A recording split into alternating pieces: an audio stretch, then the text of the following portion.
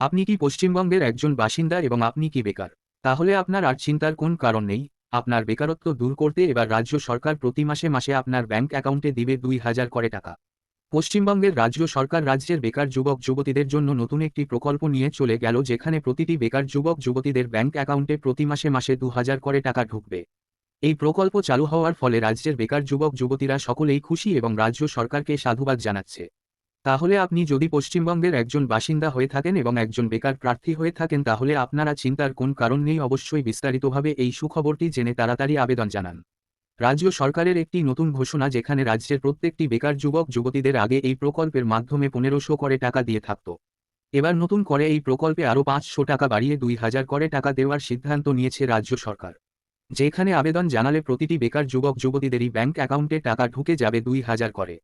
বেকার যুবক যুবতীরা যতদিন পর্যন্ত চাকরি না পাবেন ততদিন পর্যন্ত তারা এই প্রকল্পের টাকা পেয়ে যাবেন। আপনি যদি একজন বেকার হয়ে থাকেন এবং কোন সরকারি সুবিধা না পেয়ে থাকেন, তাহলে আপনিও এই প্রকল্পে আবেদন জানাতে পারবেন।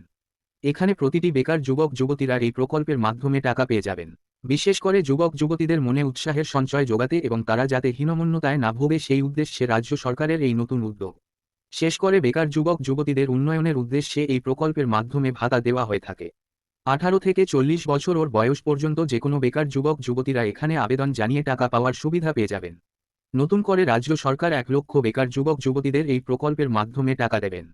যারা যারা এখানে আবেদন জানাতে ইচ্ছুক তারা অনলাইনের মাধ্যমে এখানে আবেদন জানাতে পারেন।